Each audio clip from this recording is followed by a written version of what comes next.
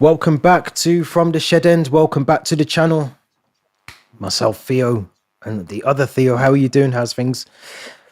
I'm good, yeah. Like we were discussing just before recording, summer slowly feels like it's coming to an end. For anyone who's in London on Friday, you'll know that it's been rainy and very, very cloudy, and definitely doesn't really feel like a summer's day. It feels more like a autumn day. But that also means the return of the Champions League, which is just around the corner, especially after yesterday's draw. Yeah. And also it's Friday. I'm always in a good mood on a Friday, like I like to say on this podcast. So looking forward to the weekend, the fixtures, and tomorrow's early kickoff as well. How are you doing? I'm good. I'm good, as you know, as well. Fresh back from the holidays, from the small break. So, yeah, definitely needed it. Recharged, ready for the season, ready to go. As always, make sure you subscribe to the channel, like the video, let us know your thoughts in the comments, all of that good stuff. Let's go all the way back. Let's go back to last week. Brilliant result. Brilliant result against West Ham. Graham Potter's West Ham. It looks like it could have been a really bad result for us. Early goal from West Ham should have been saved. We're going to get into all of that. But what a comeback from the boys. What a comeback from Chelsea. What was your thoughts on the game? Good result from Maresca. Showed a bit of resilience. Good substitutions. Good performance overall. Yeah, it was a great away day for me. Made the journey from West London to East London, to Stratford and the Olympic Park, which is always a nice one. I mean, going into the game, I was confident. You look at West Ham's form and you look at our kind of like summer form kind of during that Club World Cup period. I thought we'd get a result and I was quite confident about it. And then, like you said, like first 15, 20 minutes of the game were absolutely chaotic. I thought we were in for another one of those, like, was it Everton, Chelsea, Yeah. maybe 5, 6 years ago when it ended 6-3. I thought to myself, we're going to get another one of these games. Yeah, the Paqueta goal, I agree. I feel like maybe Sanchez should have saved it. Chalobah should maybe closed it down. Maybe Estevao should have been losing the ball where he did lose it. But luckily we fought back. We kind of had a kind of mentality and the right kind of reaction to the goal. I think it was Joao Pedro who got the equaliser. Unfortunately, so the goal was a game and we just managed to get loads of goals. It was Pedro Neto, Enzo Fernandez, then both Caicedo and his 100th appearance, and Chalobah getting the 5th goal as well.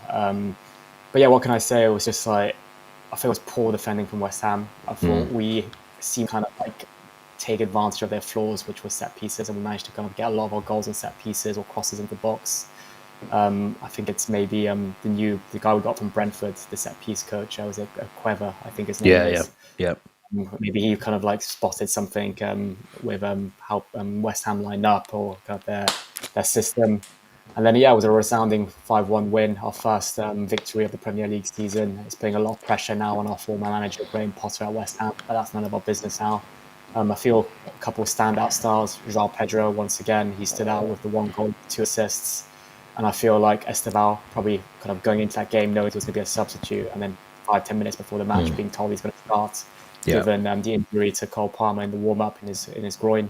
I thought he was absolutely fantastic, especially for the assist for, I think it was Enzo Fernandez, actually, that assist, which was absolutely brilliant. And I think a lot of us thought maybe he could benefit from a loan. He'd need to really be eased into this Chelsea squad. But very quickly, I think we're realising he's good enough to kind of play regular football for us. And that actually might have played a part in maybe what we're going to discuss later on, and maybe not really pushing fully for Xavi Simons as well. You never know. But yeah, really good win, kind of what we needed, especially after the dull 0-0 draw against Crystal Palace. I felt we needed 3 points, we needed goals, and especially in these London derbies, you just hate losing. So yeah, really pleased with the 3 points, and hopefully we can keep it up in the next 2 fixtures and the next 2 London derbies as well. Yeah, some big games coming up, but no, I agree with you. I think it was a really good game, really good performance. I was really impressed with the fact that we went 1-0 down. A couple of under Pochettino, maybe especially under Graham Potter, we would never have come back in the way that we did. I don't think we go on to score 5 goals if we go 1-0 down. We might get a draw. We might get a little sneaky 2-1, but we wouldn't be smashing teams 5-1. when we go 1-0 down. I want to talk about the Paquetá goal because I think you mentioned it as well around Estevao where he loses the ball, which is unfortunate, but the way that we tried to recover the ball back was really poor. And I don't want to single out Chalobah because I don't think it was just him. I think Caicedo was also, tracking back, trying to close down the space, but didn't do it well enough. But for me, when we praise Sanchez, we praise him because he's doing something amazing, and he actually did pull off some, decent saves after that. But that goal can't go in. That goal cannot go in. I know. I was watching the post match, and I think they had Rob Green on Sky Sports on the Friday night, and he was talking about the swerve of the ball, and Jamie Redknapp was agreeing. You're a goalkeeper. You're a Premier League goalkeeper. That can't happen. You can't allow the ball to.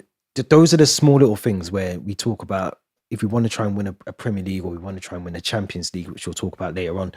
Those are the small things that could cost us a Premier League if we don't come and smash a team 5-1 after that. What was your thoughts on that? What was your thoughts on Sanchez and the goal that we conceded? Yeah, I think he should be saving that. I mentioned it as soon as the ball went in. I mentioned it again when I saw the replay. And I think that what separates a goalkeeper of Sanchez's kind of ability compared to maybe a world-class goalkeeper of maybe a Thibaut Courtois or an Alisson or potentially even a Mignon or a Donnarumma, because I think those four keepers are probably saving that attempt. I think like maybe he wasn't expecting him to shoot from that range, but I just still think his attempt to try to stretch his arm out was just weak as well. It wasn't really exactly in the corner. It had pace on it, of course. It had swerve, but I still think maybe a world-class keeper is getting a hand on that or kind of is positioning himself in a way that he can save that.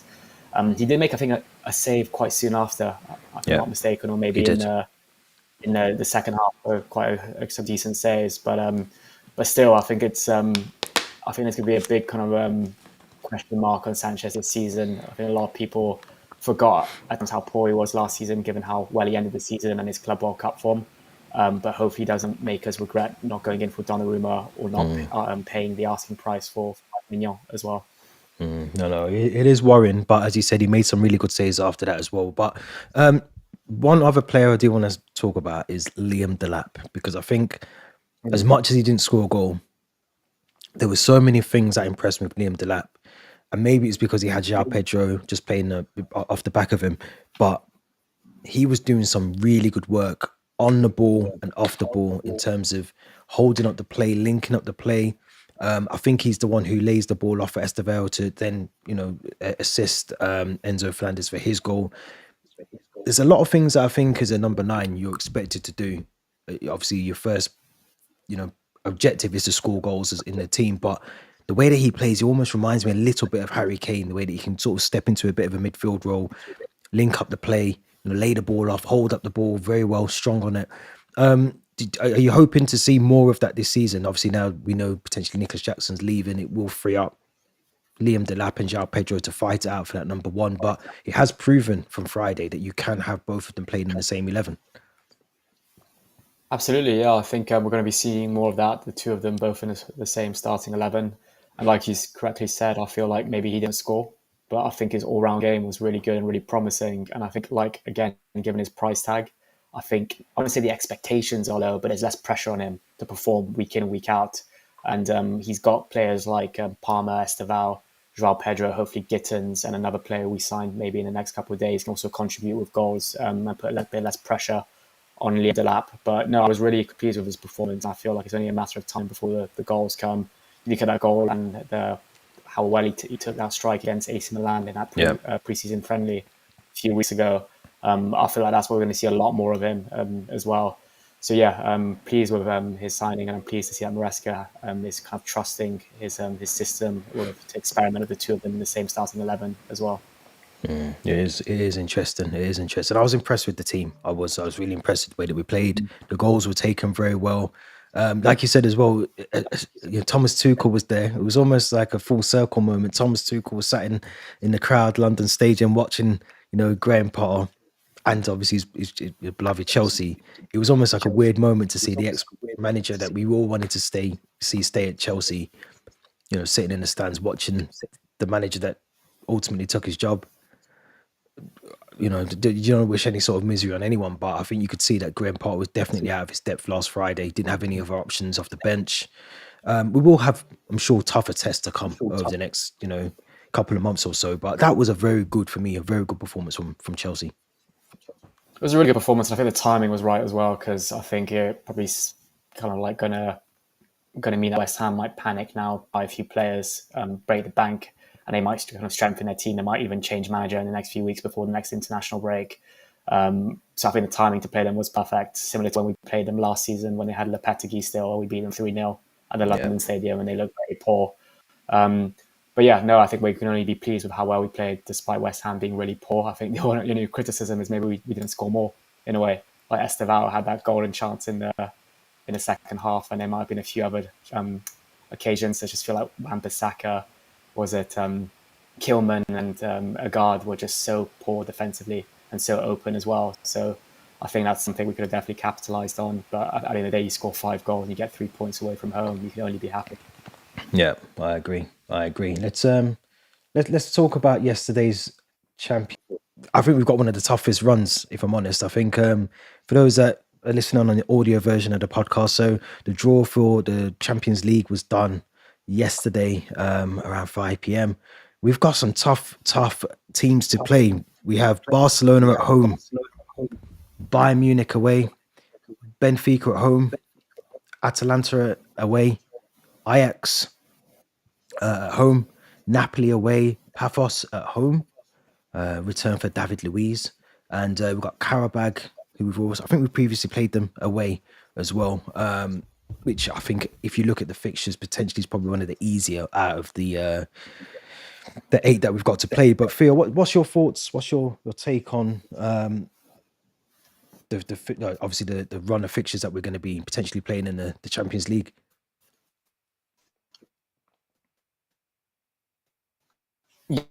Yes, it's a tough one. I think, like you quickly said, like when you play in the Champions League, every fixture you play is going to be difficult. Let's be honest. But you look at these games in particular. I think could definitely been some easier games we could have maybe played. Especially look at those pot 2 and pot 3 teams we drew. Benfica, Atalanta, Ajax, Napoli were the hardest amongst the bunch in a way. Atalanta, Europa League finalists and Europa League winners actually. When they beat Leverkusen 3-0 only last year. Benfica, they took us to extra time in the Club World Cup. Ajax, historically a team that's always done well in the Champions League, and Napoli, who just look completely rejuvenated now with Antonio Conte and Scott McTominay, and it'll be a return of Romelu Lukaku probably to against his former club.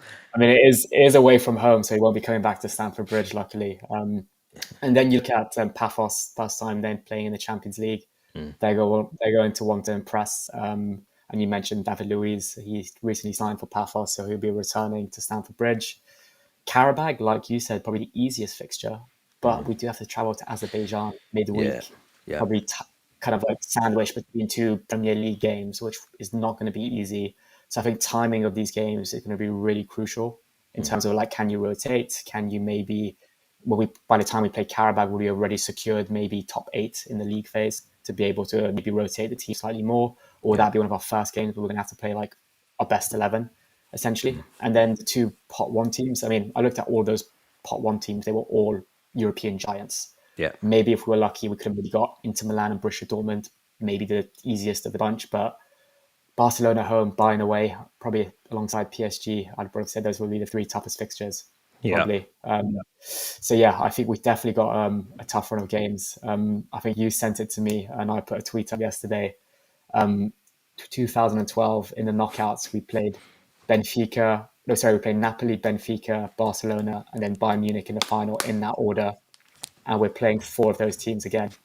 Those 4 same teams this time round in the Champions League. So for anyone who's superstitious or kind of sees that as a bit of an omen, 2012, a reminder we did win the Champions League.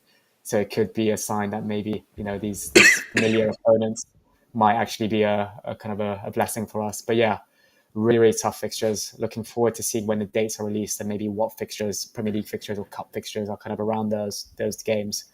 Yeah, what do you make of the fixtures? I'm not worried by them. I think you sort of said it before. We've had to play these teams previously when we won it in the past. you think back to that Napoli game as well. That I mean, we the fact we came back and we won in the way that we did. In terms of that, the Barcelona game, if you think about how we went on to win that game as well. So I'm not concerned at all really by the fixtures. I think what will maybe change or sway my opinion or how I feel about it is if we're not performing well in the Premier League. I think I like us as hopefully Mm. do well in both. And I think if we're doing well in the Premier League, you'd like to think you can bring and take that momentum of doing well. And if we're second or third, first in the Premier League, you take that momentum, you take that confidence, you take that form into the Champions League.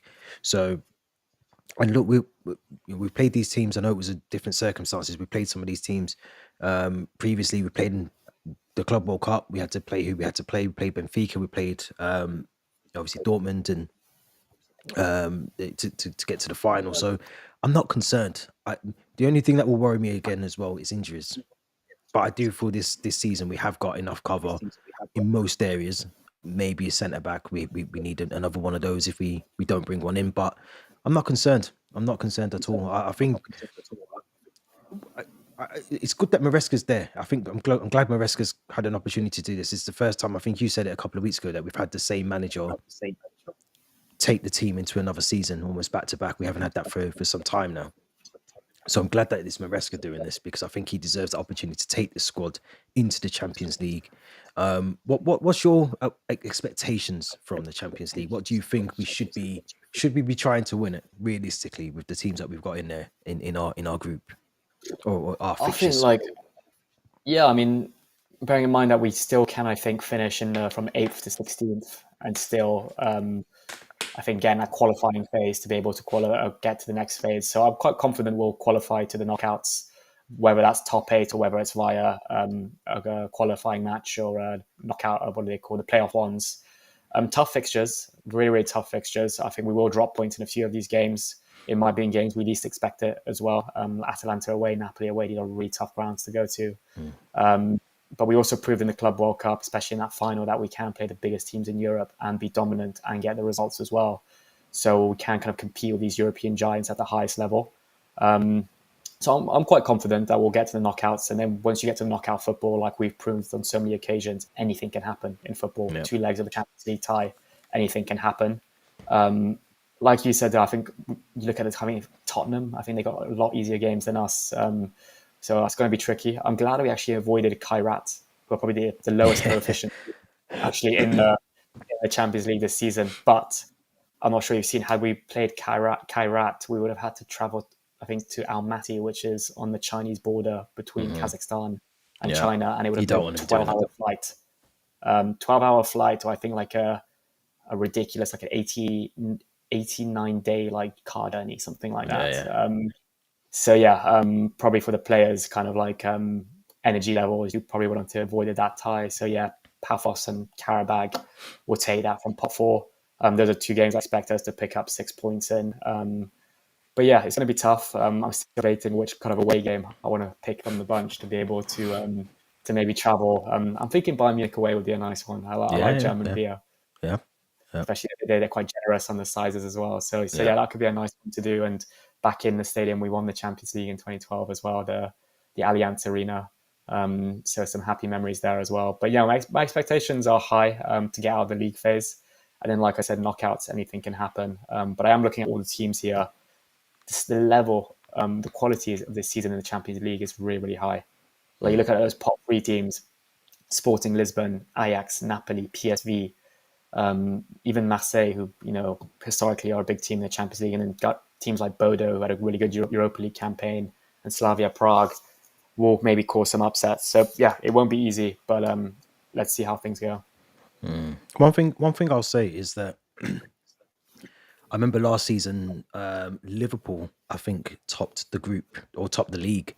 They I think they went unbeaten, if I'm not mistaken, until they got to the knockout rounds, and it just goes to show you can do as well as you want in that sort of new format of the Champions League. You could even finish, as you said, 8th, but go on to win it. So I think as long as we show a good test of ourselves in the group stage, we qualify, we get through. I think it's fair game. Then I think anything happens in knockout football. So it kind of tells you that you don't have to top the group to go on to win the Champions League. You know, Liverpool were very successful in the group stage, but then were unfortunate in the knockout stages. So I think you can always, as long as you get through to that knockout stage, however you get there, it's anyone's. It's a knockout. As we know, Club World Cup showed us that it's anyone's game. Anybody who wants it on the night can get it. So, I'm not concerned about it at the moment, and I'm happy Yeah, with what we've got. It yeah. could have been worse. And It could have been a lot worse. vice versa, actually. PSG, they got to the final and won it via the playoffs. I think they finished Yeah, in there the you go. lower section, so it proves that top 8 doesn't necessarily mean you're going to go on to win it as There you well. go. So I'm not concerned yet, but I'm sure let's revisit this in December, and see how we feel about it then. But also the other draw that was done this week which is done very strange. I don't know if you got to see the Carabao Cup draw.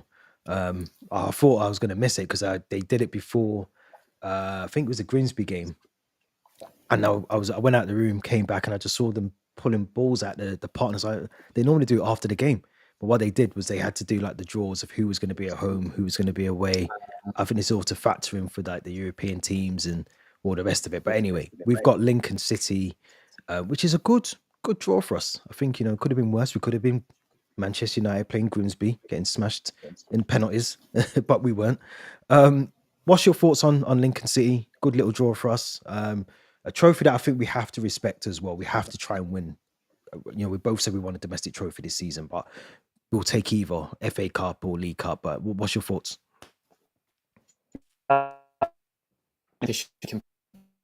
Is we've got a very young squad, and I think any kind of trophy for them to win would be an opportunity to kind of grow in confidence, bond as a team as well. We saw that season when we had Pochettino, we got to that final, we lost it, we were actually devastated to lose it in the end. But yeah, Lincoln City in the third round of the Carabao Cup, unfortunately, it is way away from home, so it's not a home game. And I think due to us being in the Champions League, we'll play it, I think, either the week before or the week after then the other games are played. Yeah. I think that's how it works. But no, it could have definitely been a lot harder, a few Premier League teams playing each other, I believe. So we've already got the Premier League teams and hopefully a chance as well for if we've got Champions League football, then a Premier League fixture, then League Cup football, then another Premier League fixture, all in the space of 2 weeks.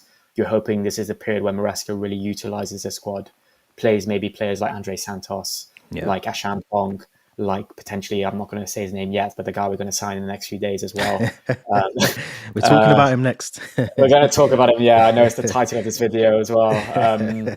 Yeah, definitely an opportunity to rotate and some of these younger players with these new signings, Joao Hato as well at left back, to get some minutes, grow in confidence and really kind of cement themselves as potentially regulars as well.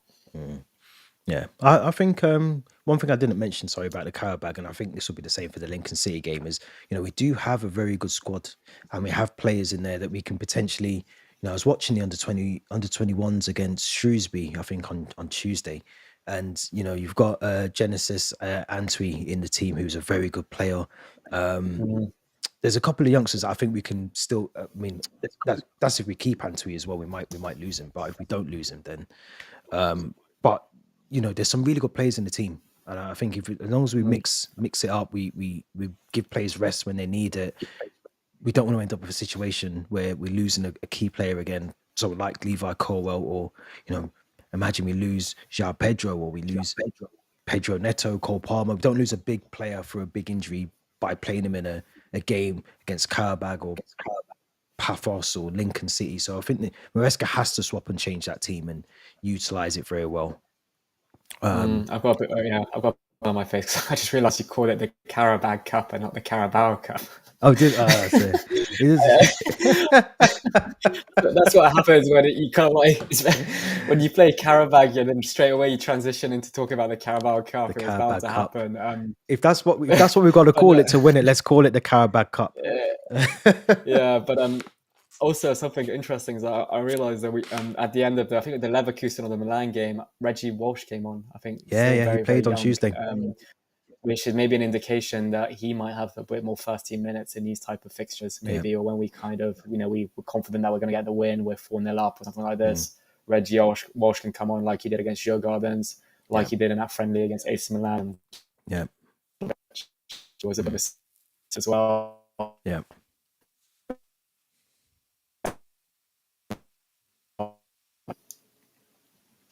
Yeah, I agree. I think Reggie Walsh is another one. He played on Tuesday. He played Tuesday night. He played very well. Let's get into the transfer news because there is a bit of transfer news to talk about. Let's start with this one. There's someone putting here. Ron loves mangoes on the YouTube has said Garnacho is just going to be a bench warmer for Chelsea. Um, let's start with the Garnacho news because it looks like it's happening. He's apparently having his medical today. Agreements in place. Personal terms have been agreed. This is the deal that he wanted. He's been hanging around. He's been loitering around Stamford Bridge and Cobham, hoping this deal can get done. But what's your thoughts on Garnacho? It looks like it's happening now. He's here. As you said, it's the thumbnail of this episode. Impressed, unimpressed, underwhelmed, overwhelmed? I think for anyone who's listened to our YouTube videos or our podcasts throughout the summer or since January, will know that we're not particularly big fans of this move. It just feels like he's got a bad attitude. United fans have warned us about him. He fell out with numerous managers. He posts all these cryptic messages across his social media as well. And now I feel like that it's bound to happen. We got the here we go from Fabrizio last night. I think as Chelsea fans, we just got to accept it now. He's going to be a Chelsea player, and we support Chelsea Football Club. We don't support individual players. So we just have to accept it, support him, hope he does well, hope that whoever's decided to bring him in, whether it's the sporting directors, whether it's the manager, whether it's maybe Enzo Fernandez, who's really had a word with Maresca and really seen the talent with him, having worked with him in the Argentinian squad, Willy Caballero as well, Argentinian, who may be in the dugout, might know him from the international setup as well. We've got to accept it. We've got to support him. I said it before. At times last season when things were going wrong for United and he would come on, I would see a bit of a spark in him. I would, especially in that Europa League final, the only player that I felt wanted to do something for United, wanted to have a shot on goal, wanted to create something, wanted to make that run. So there is a really good player there. Don't get me wrong, but he just needs to sort out his kind of disciplinary issues, his attitude, his priorities as well. Because like you said numerous times, given this guy's kept saying he's focused on Chelsea and just Chelsea and he's still a United player, that's something that's not right for me. Surely his agent should be like, we should kind of assess all of our options at this moment and not just one club. So like you said, he just seems to have really held out for just Chelsea and no one else.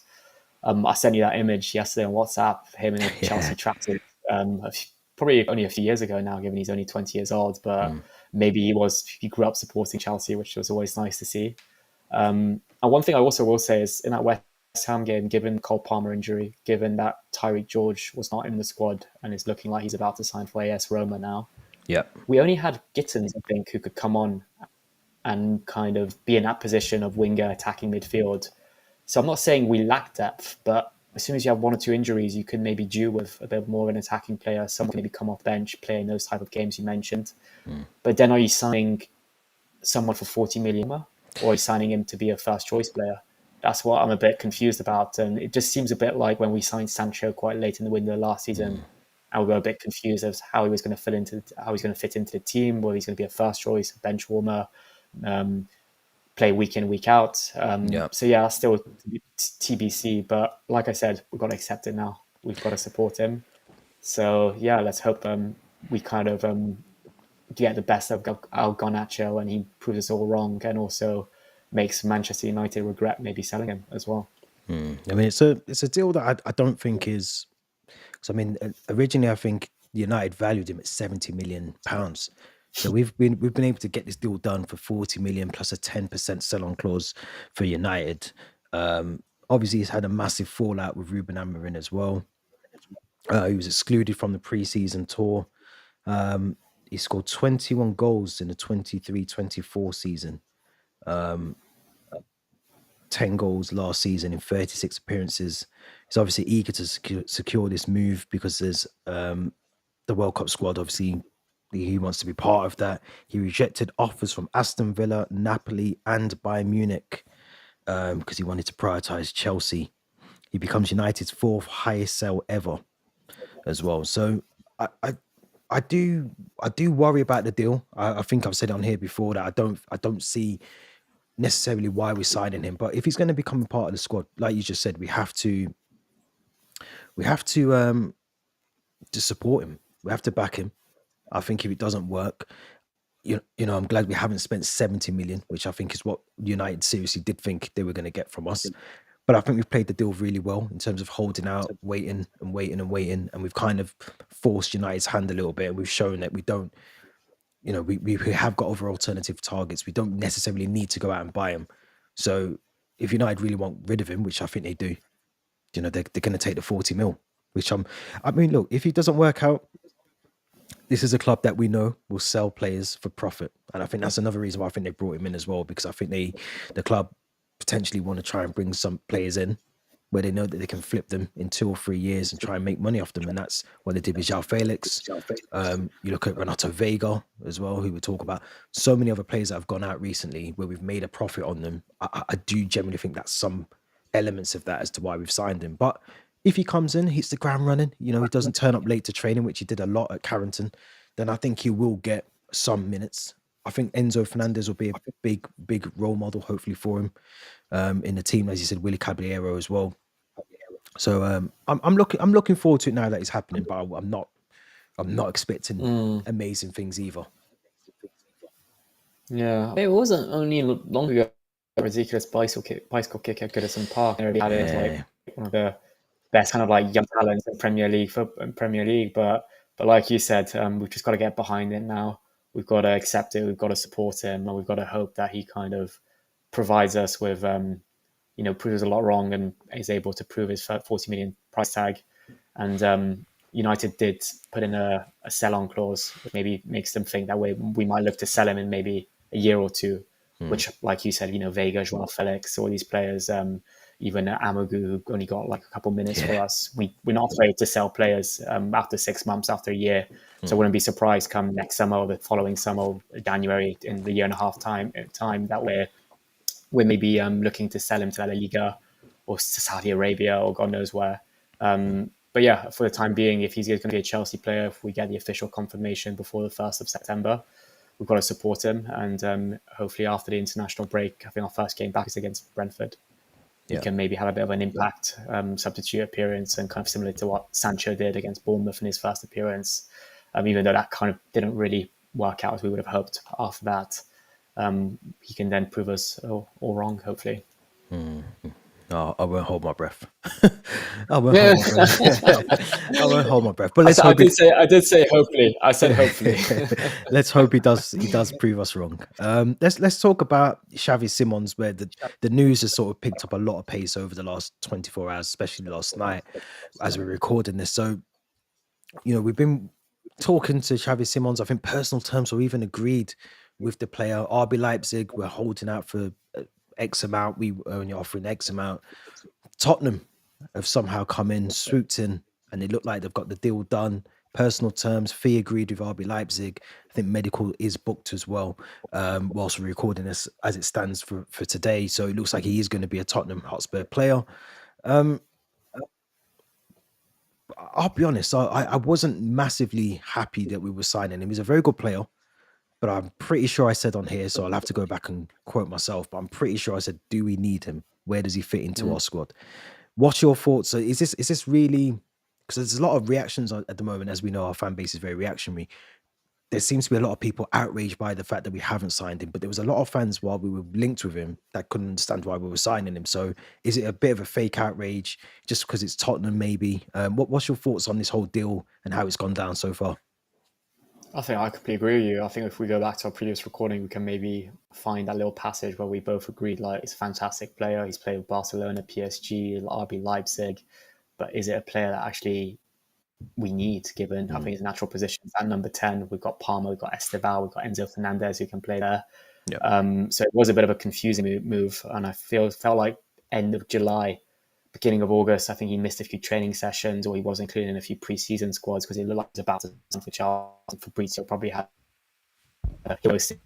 Lawson tweets. Once we sell Jackson and then Nkunku, because I think the idea was we need to sell before we buy with Chelsea now. And then these outgoings of Jackson and then Nkunku have really dragged on into the window now. It looks like they finally sorted Jackson on loan to Bayern Munich and Nkunku permanent deal to AC Milan. Yep. But it seems like given how long we've kind of tried to negotiate those deals, probably in the meantime, Simons and his agent have said, hey, like, window's closing in a few days. I need to get a move for my client as soon as possible. Thomas Frank's probably come in since then. Champions League football. Tottenham have started the season fairly well. And it's probably an attracting kind of a deal for Simons and his agents. And also something we do now is we don't overpay for players. Even if they're fantastic players, we don't overpay for them, which is something we used to do, but we don't anymore. I think probably Tottenham maybe offered more than we were willing to do. And now it looks like he's going to North London. I don't know if we're going to get like a Willian-style saga where we swoop in last second and Wally's having his medical at Tottenham. I highly doubt that's going to be the case again. But honestly, I'm not mad about this. I'm not mad. I feel like I've got so much high hopes of Esteval, especially given how well he started. That part of me almost wants to just focus on like his development. We've got Kendry Paz coming in soon. We've got Giovanni Quenda next summer as well. So we've got all of these amazing attacking players. And for me, if we're selling guys like Tyreek George, it makes me think like we've got so much ready in our squad. Do we need to add more, especially given we're also looking like we're 99.9% getting Garnacho now. So yeah, not mad about this. I think the only part that Chelsea fans could maybe be mad at is maybe the fact that Tottenham are getting him over us. That's all it is. That's all it is. Exactly. That is all it is. If it was any other club, I don't think anyone would care. But because it's them, we have to sort of, I do get the frustrations. I'll be honest. But I want to talk about Wonder Amaze on the YouTube channel, YouTube chat has put, what do you think about Fermin Lopez, who we're linked with from Barcelona quite heavily? Do you think this has had any kind of impact on the Xavi Simons deal? Because it potentially could have done. The fact that we're talking to, saying here, no, Ben Jacobs has basically said, this is from this morning, Chelsea have held new talks with Fermin Lopez as revealed yesterday.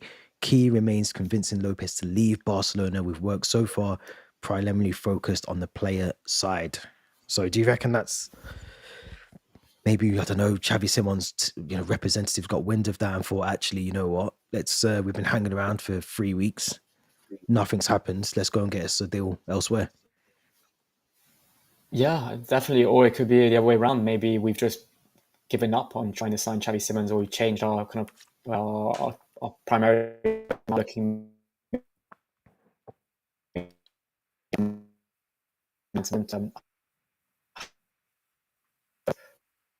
He's been broke into the first team the last couple of seasons, and he's done well. But again, it's just where did these players fit in? It seems like we're just trying to like create this squad of all these attacking players. I mean, last season we started the season with Sancho, Mudryk, Pedro Neto, Madueke, Cole Palmer, Tyreek George, Nicholas Jackson, Mark Gui, and a lot of people, Joao Felix as well. And a lot of people say, how do these players all fit in? And then some of them ended up getting Conference League minutes. Some of them got Premier League minutes. It works out for 6 months. And then come January, some of them were like, I need to play more. I need to get a loan. Renato Veiga, I'm not happy with left back, centre back. Joao Felix wants to play Premier League football more regularly. So yeah, I feel like it's all fun and games now being linked to all these players and signing them. But come maybe halfway through the season, where do they play? Where do they play exactly? And does that mean like we're gonna have to maybe sell guys like Ashampong, like Tyreek George, like Reggie Walsh, pure profit? So the same people that are begging for these players to be signed will get frustrated when we start selling Cobham Academy players like Chalobah as well.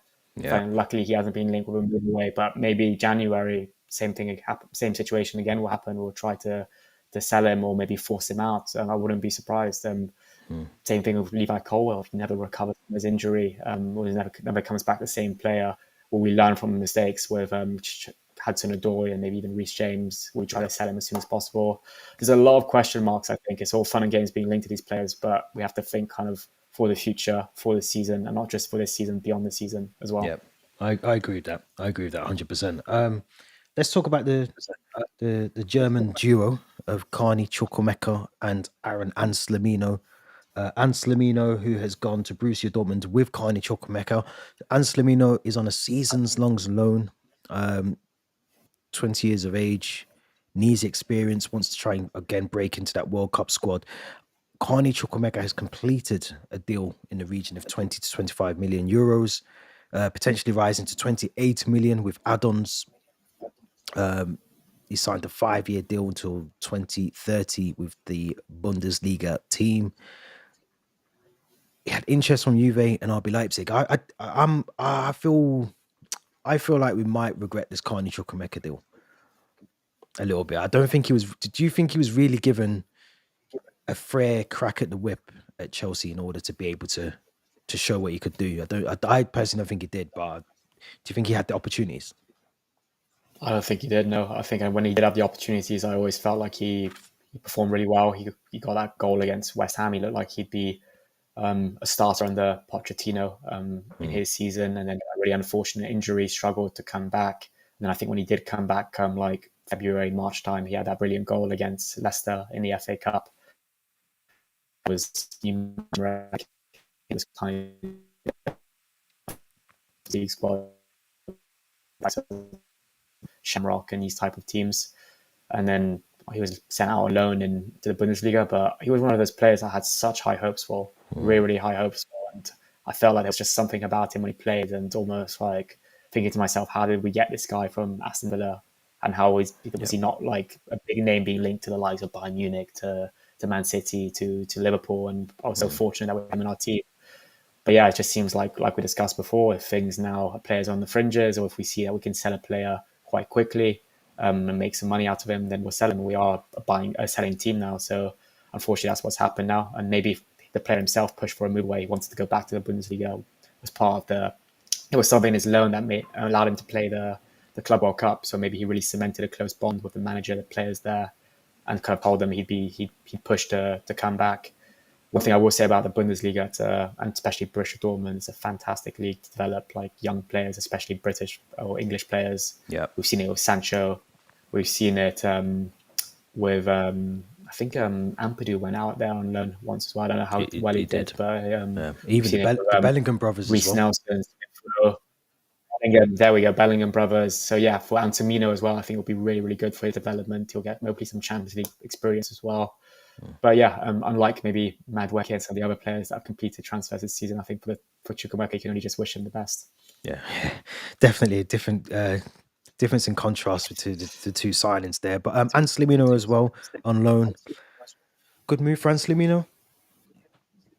Yeah, definitely good move. I think I'm just hoping he does get some minutes, because maybe given he's a lone player playing at such a big team, competing in Europe, maybe he might just be seen as like fourth or fifth choice. But hopefully he does impress, and like you said, hopefully he can break into that Argentinian World Cup squad for next summer. He's still very, very young, so I don't expect him to start every match, but hopefully he gets more minutes out in Germany than he was getting at Chelsea in his 6 months at the club. And they have got some defensive injuries at Dortmund, so I think that's probably one of the reasons why they brought him in. I know a couple of their defensive first choice options aren't available for their game, I think, against Union Berlin, which is coming up, so he might make his debut there. Just sticking on the defensive side of things, Alfie Gilchrist is having a medical apparently at West Brom today. £2 million move. Another player that we had high hopes for. We thought he was going to be break into the team very much like Lewis Hall a couple of seasons ago, but he just hasn't really. I don't know how his Sheffield United loan went, but it's a good move for him. I think it's a really good move. I think he suits potentially the Championship at the moment, and there's still opportunity for him to break back into top flight football. What's your thoughts on that move? £2 million. Could we got more? Yeah, I feel sorry for Alfie. I remember John Terry saying he's one of the best talents in the Cobham Academy right now, and he's going to be a big Chelsea player in the coming years. And he had that game against Everton in a 6-0 win where he scored the sixth goal, celebrated like it meant the world to him, and then went out on loan to Sheffield. Still unsure how that loan went. I didn't really follow Sheffield as much, but one of those unfortunate players that comes back from a loan and then is just told that he's no longer part of the plans. Kind of got lost out in the loan system and part of that bomb squad now alongside. I think he posted an image on his Instagram, and you just make out, I think it was Disasi, Datro Fofana, Veiga, and these other guys in the background as well. So yeah, it's unfortunate how things have ended for him, but especially when it's a Cobham Academy player. But again, you can just wish him the best, and hopefully the Championship, like you said, suits his football a bit more, and he's back in the Premier League soon.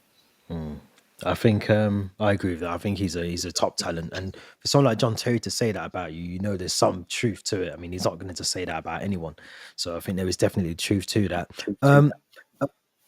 Axel Disasi, the last one before we move on. Bournemouth are very, very interested in Axel Disasi. It looks like the deal will be done before the deadline shuts on the 1st of September. If we sell him, we've obviously let Renato Veiga go to Villarreal on a permanent move. Aaron Anselmino also has moved on. Levi Colwell is out for theoretically the season. We both, I think, said at the time that we thought, and then maybe we said this before the Levi Colwell injury, but we had enough cover. Now we've got Trevor Chalobah, Wesley Fofana, Tosson, Achiampong can play there, play right centre back, so can Reece James. Do we have enough cover even now? We've let Veiga go. Obviously, Joao Heto's coming as well, but do we have enough cover in the defensive roles? I think so. I genuinely think we do. I feel like we haven't seen anything so far from the partnership of Chalobah and Tosson that's made me realise we need to panic buy and buy another centre back. We've got Wesley Fofana, who was a starting centre back for us alongside Levi Colwell at the start of Maresca's first season last year. Yeah. And then we've got the two other names you mentioned, Achampong, who had a solid game against Palace at right centre back, and also Benoit Badiashile, who's still a Chelsea player. He can play minutes, and it doesn't look like he's being linked with a move away. Then we've got guys maybe like Hato, who can occasionally play left centre back if needed. Yeah, I think we've got enough cover, and it looks like now Guehi might be going to Liverpool, and I think that'll be the name maybe I would have really hoped we'd kind of go for.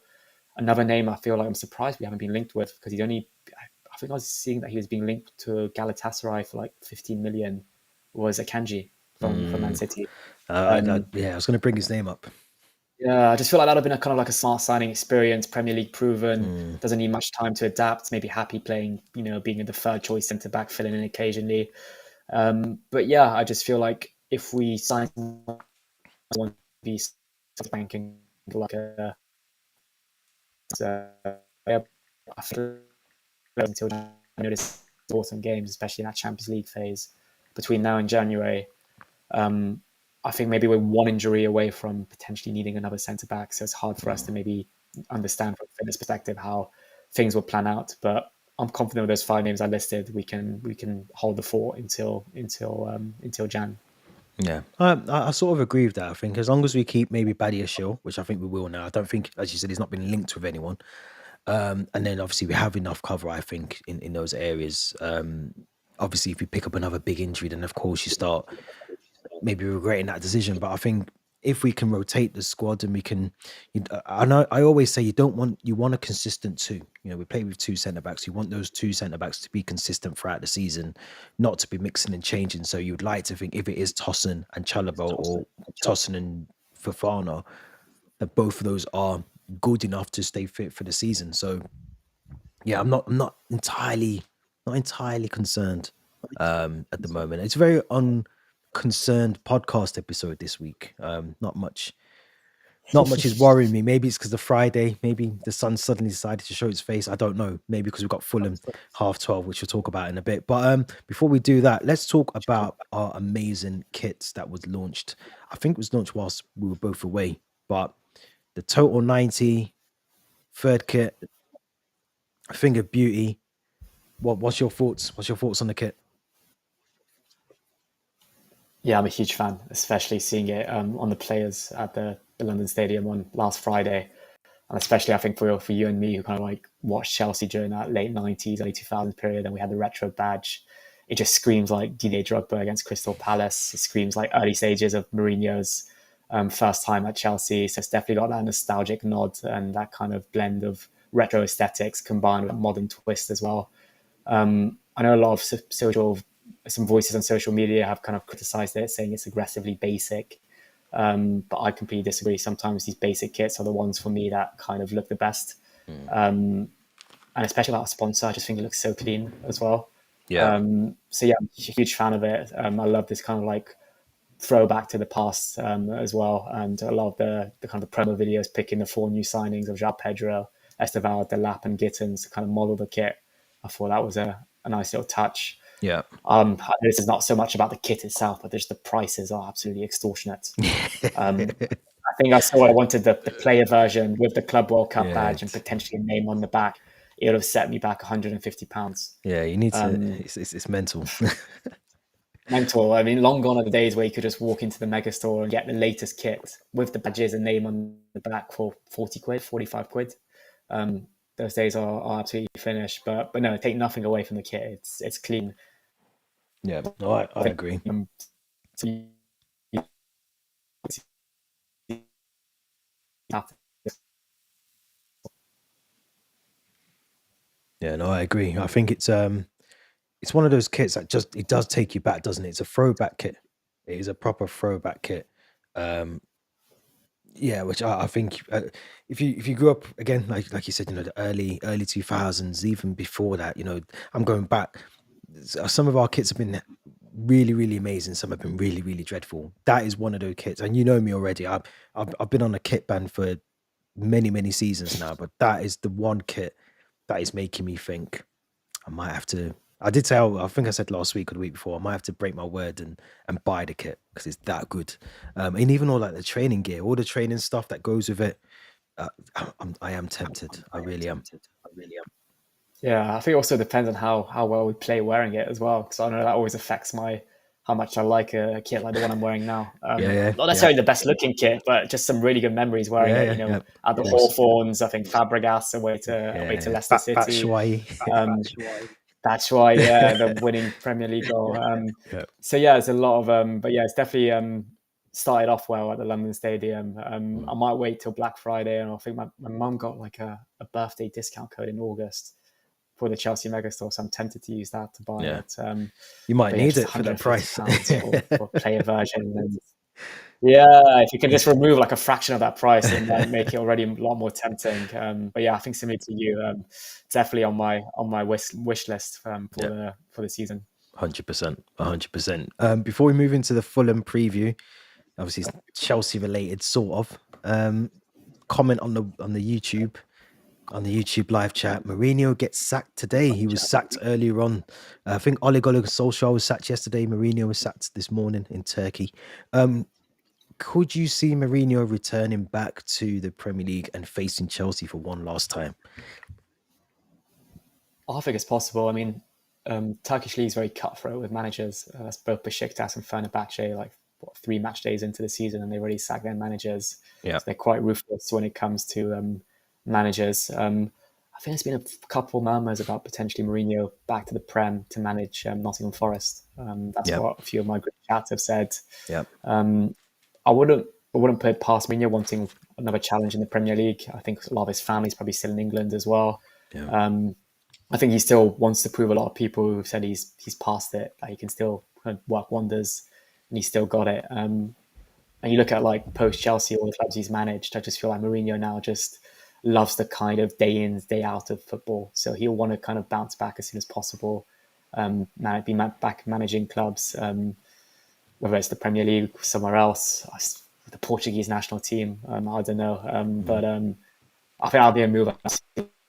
Manager maybe Cristiano and World Cup. Is it still there? Yeah. I think he's but surely he's out of his depth. I don't know. But yeah, I feel like Premier League and Mourinho just seem to go hand in hand. I could see him back in the league. I think two jobs. One, I did joke around with some Manchester United fans earlier and said maybe one last dance at Old Trafford. But I think I'd love him back in the Premier League. I'd hate it to be at Nottingham Forest because I think him and the owner would not last 4 weeks. They just wouldn't. They just bang heads. So I can't see that happening. But he's one of these managers that really likes to stay in management. So you never know. You just never know. Let's move on. Let's talk about tomorrow's game. Fulham. What's your thoughts? Match day 3 on our third London derby of the season. Yeah, so we're closing out August with derby fever, definitely. Chelsea are definitely on a high after thrashing West Ham, whilst Fulham probably seek back-to-back wins at Stamford Bridge because they beat us, I think, on Boxing Day last season. I think was it Wilson and Muniz scoring quite late on in the game. I think this will be tough. It's definitely not the same Fulham we used to play a few years ago and always pick up 3 points again. I feel like Silva's definitely create something special there. He's turned them into a team that would often maybe fight relegation now to being a team that are solid, maybe 10th or 9th place Premier League team. I think it'll be a lot harder than West Ham. There's no doubt about that. Even if this tie is at Stamford Bridge, back in front of the home support, but I also think it might be slightly easier than Crystal Palace, maybe because we're talking about a Palace that had Eberiche Eze. This Fulham team, one thing I will say is they lack a lot of depth. They True. do lack a lot of depth. That game against United and the options they had off the bench. I know Smith Rowe came off the bench and scored the equaliser. But I think that's something a lot of Fulham fans and even the managers kind of raise concerns about going into the new season, is their kind of lack of depth or their options off the bench. So yeah, I think it'll be a tricky game. I think if we play anywhere near to how well we played against West Ham and we're just quite ruthless and we take our chances, and we continue with that kind of set piece dominance from corner. I don't know what's changed between maybe last season and this season, but if we can maybe get a few goals from set pieces, I'm quite confident we'll pick up 3 points. I still hate the 12:30 fixture on a Saturday. It can really kind of like change your mood for the rest of the weekend. But if we can start our weekend with 3 points and prevent Jimenez and Muniz from scoring or Iwobi, then I think this will be a good game for us. Type of games as well, you're always quite glad to get out of the way quite early in the season as well, because they're these kind of like teams that sometimes like, can you play them like kind of around the Christmas time or going into the new year, can be a bit of a hurdle. Yeah. Soon, I know. I think Tuchel's about to announce his England squad. Yeah. Actually, Yeah. He just has. So he just has any Chelsea names in there, or just Reece James. Obviously, no Cole Palmer with the injury, but yeah, Reece James has made it. No Trent, so I think he's put Reece James in there. Basically because he needs to cover there. Dan Burns made it.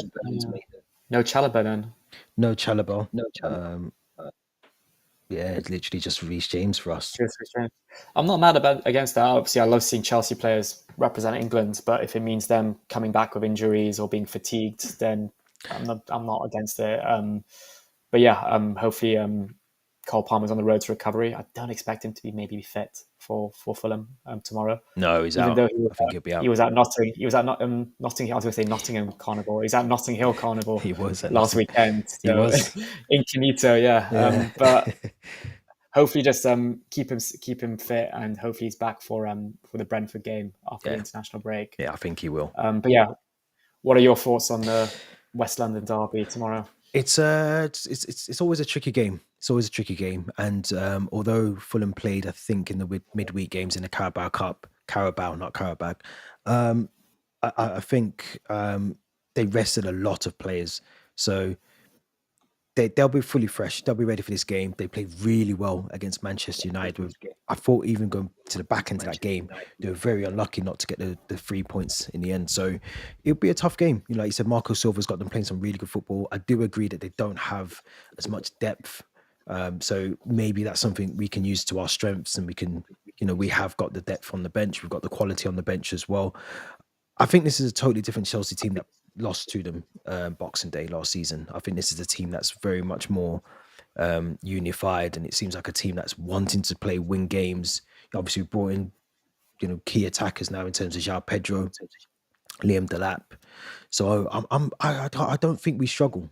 I did say this is a very unconcerned, very relaxed podcast episode, and I'm going to continue that theme going into the Fulham preview. But I just don't see us losing. I just don't see us losing at home. I think that the team will probably want to go into this game knowing that there's an international break coming up. The worst thing you want to do is lose before you go away and then come back, and then you've got that dreaded game that we always hate when you come back from the international break. 2 defeats back to back, side by side in international break. So I think we'll do well. I think we can potentially get the 3 points. Yeah. Predicted lineups? Yeah, let's get straight into it. I was going to just about to share that right now. So I've got the lineup from last week. Let's go through it. Let's see if we can change what we think we might need to change, because I think there will be changes. Change or on the YouTube. We've got Sanchez in goal. we've got Cucurella left back, Tosin and Chalobah as the centre backs, and Gusto right back. And I think this is where my one change would be. Even though Gusto had actually a very solid game against West Ham, I still think maybe back at Stamford Bridge you'd want your captain. I know Maresca's doing a really good job managing his minutes, but I think this is the type of game where you probably want to start him, especially that he didn't play the 490 last week. And then hopefully Tuchel can maybe play him in one of the two international games coming up and not both. So that's the one change I make. Then I stick with Caicedo and Enzo Fernandez as the midfielders. Caicedo now in the 100 club at Chelsea, having played his 100th game against West Ham. Enzo Fernandez also on the score sheet. So they're both going to pop up with goals this season. We know that as well. Neto, again, was fantastic as well. I think we don't give him enough praise, but he's a fantastic player. I know a lot of question marks last season over his price tag and maybe his lack of goals, but his work rate and I think and his Club World Cup performance kind of makes me think he's going to have a big season this year if he stays fit. Yeah, as well. I think like Esteval and João Pedro maybe could be like interchangeable with like the winger or number 10, but I'd stick with João Pedro 10, Esteval right wing, and Delap striker. I don't know if this is a game maybe where you see like an Andre Santos come in potentially with Enzo Fernandez playing as a 10 and then Santos alongside Caicedo. You maybe see Gittins play, who started against Palace in the first game of the season. It's going to be interesting to see. I know Maresca often doesn't keep the same lineup from one week to another, as well as a lot of changes often that are made. But for me, the only change I'd make from the victory at the London Stadium would be James as right back coming in for Gusto. I think I agree with you 100%. I think we need to keep consistency this part of the season. I think there's going to be times, moments in the games, busy periods, Christmas, December, where we'll probably need to swap and change, like you said, bring in Andre Santos or you bring in Jamie Gittins. But I think whilst you're trying to just sustain, a bit of momentum as if the season's only just started, I think you have to try and keep the same squad, and build up as I said, the momentum, the form, and then go and change things later on down the season when the congestion of fixtures comes up. So I think that's a really good solid lineup. I think that's the lineup I would go with. The only one I would probably, like you just said, I think maybe do we see João Heto come in at left back? I think one area that does concern me a little bit, just in terms of cover, is Cucurella. If he picks up a big lengthy injury, not that I don't trust João Heto, because I do, but you don't want to lose him because he's so crucial to our back line, our defensive line.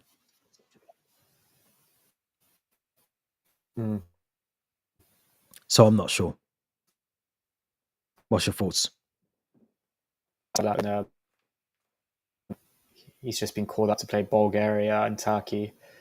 He plays a lot of football. I still think he's one of our most important players, but could this be a game and potentially see João Hato come in? It might be interesting. Some transfer news that's also coming. Besiktas to make official bid for Chelsea defender Axel Disasi as well.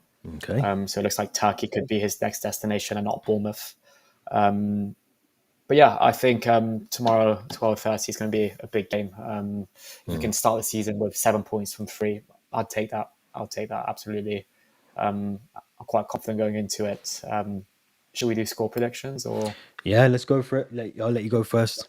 I think it will be quite similar to the Palace game. It won't be as open as the West Ham one. It'll be more similar to the Palace one, quite cagey. Both teams with chances. I think there might just be the one goal in it.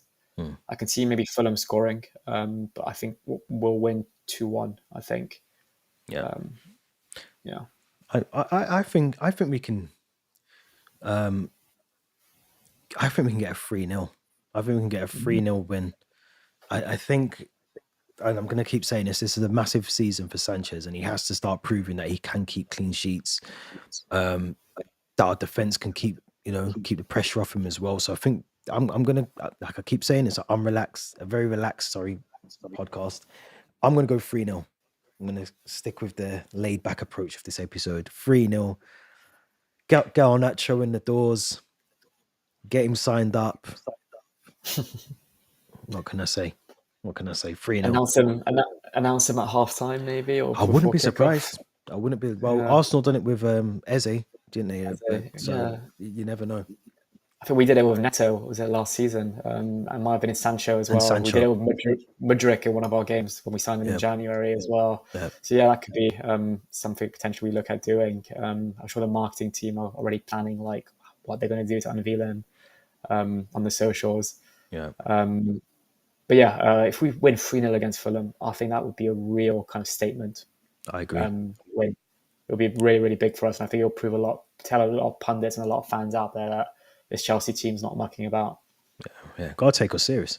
They should be taking us serious anyway. I mean, I keep saying we should be there or thereabouts come the end of the season for trying to win that league, and I'm going to stick by that. Even if we're third or fourth or fifth in the league come December, we still have to push on. But these are the sort of games that we have to win. I'm never concerned about the big games. Those games are games that we always normally turn up for. But these sort of Fulham, these tricky fixtures are the fixtures where I do worry. Previously, I've worried about how we maneuver through them, how do we break the teams down and all the rest of it. These are the games that give me a bit more worry, but I am very, very confident for tomorrow, which is very strange, which might change by 2:00. So we'll see. Absolutely, yeah. Looking forward to the game as well back at Stamford Bridge. So I'll be going to that.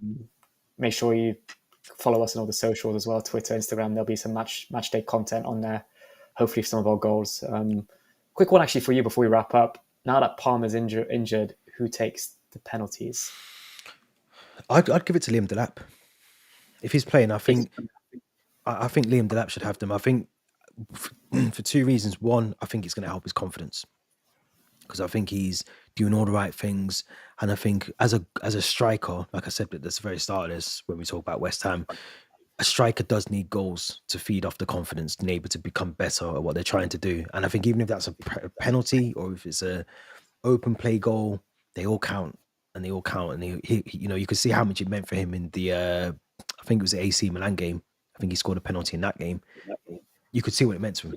So what do you reckon? Do you reckon it should be Liam Delap or someone else? Yeah, I feel like, Liam Delap took the one against Milan, so he's a logical second choice. I feel like potentially Enzo Fernandez, maybe as the third choice. I'm not going to lie, after seeing the penalties between Grimsby and United, the centre-backs just don't, they just love just don't care. smacking them in. So yeah, give it to someone like Tosin or Chalobah maybe, and they'll smack it in top right bins or top left bins. So, But yeah, I think Palmer, Delap, potentially João Pedro. I think he took a few for Brighton as well. So those four, so yeah, Delap, João Pedro and Fernandez would be my three other choices after Cole Palmer. Yeah, agreed. Hopefully 3 points either way. I don't care if it's 2-1, 3-0, 1-0. Let's just hope for 3 points. Let's hope Maresca gets the best out of this team. We start well. We end the game well. We can start our weekend well. That's more important. That's the most important part. But whatever you're doing this weekend, enjoy it. Thank you very much for listening to the podcast. If you're on the audio version or on YouTube, don't forget to subscribe, hit the notification bell, hit the Linktree link in the description for socials. We'll be back next week with another episode of From the Shed End.